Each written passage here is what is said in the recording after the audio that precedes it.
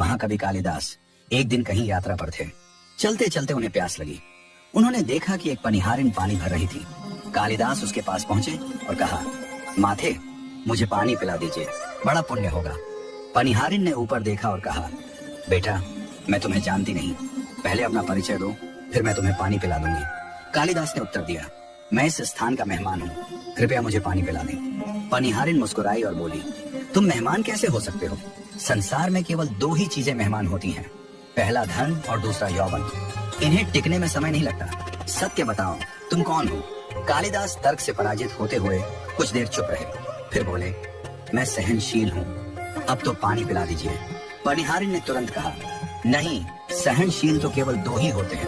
पहला धरती, जो पापी और पुण्यात्मा सभी का बोझ सहती है और उसकी छाती चीरकर बीज बोने पर भी अन्न के भंडार देती है। दूसरा है पेड़, जिसे पत्थर मारो तो भी वह मीठे फल ही देता है। तुम सहनशील नहीं हो सकते। सच बताओ, तुम कौन हो?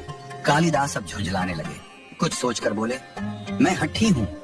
पनिहारिन फिर हंसते हुए बोली, हट्ठी तो केवल दो होते हैं, पहला नख और दूसरा केश। इन्हें कितना भी काटो, ये बार बार निकल आते हैं। तुम हट्ठी नहीं हो।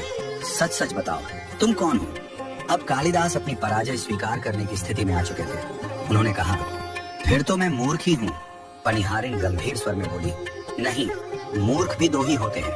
पहला राजा, जो बिना योग्यता के भी सब पर शासन करता है, और दूसरा दरबारी पंडित, जो राजा को प्रसन्न करने के लिए गलत बात को भी सही साबित करने का प्रयास करता है। तुम इनमें से कुछ भी नहीं हो। सच बताओ, तुम कौन हो? अब तक कालिदास पूरी तरह हार चुके थे।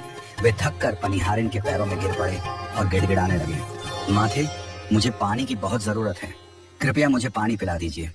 पनिहारिन ने बड़े ही स्नेहपूर्ण स्वर में कहा, उठो वत्स। आवाज सुनकर कालिदास ने ऊपर देखा तो पाया कि वह पनिहारिन कोई साधारण स्त्री नहीं थी, वह साक्षात माता सरस्वती थी। कालिदास उनकी दिव्य उपस्थिति देखकर दंग रह गए और उनके चरणों में गिरकर नतमस्तक हो गए। माँ सरस्वती ने कहा, वत्स, शिक्षा से ज्ञान आता है, अहंकार नहीं। तुमने अपनी विद्या और प्रतिष्ठा को ही सबसे बड़ा मान लिया और अहंकार कर बैठे। इसी अहंकार को तोड़ने के लिए मुझे यह रूप धारण करना पड़ा। याद रखो, विद्वत्ता पर कभी घमंड मत करो। घमंड विद्वत्ता को नष्ट कर देता है। कालिदास को अपनी भूल समझ में आ गई।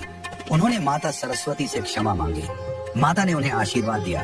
कालिदास ने अपनी प्यास बुझाई और फिर सच्चे मन से आगे की यात्रा पर निकल पड़े। हमारे जीवन में विद्या और ज्ञान का बहुत महत्व है, लेकिन इन पर कभी अहंकार नहीं करना चाहिए। घमंड न केवल हमारी विद्वत्ता को नष्ट करता है, बल्कि हमें सच्चा आनंद और संतोष पाने से भी रोकता है। हमेशा विनम्रता से ज्ञान को ग्रहण करें और अन्य के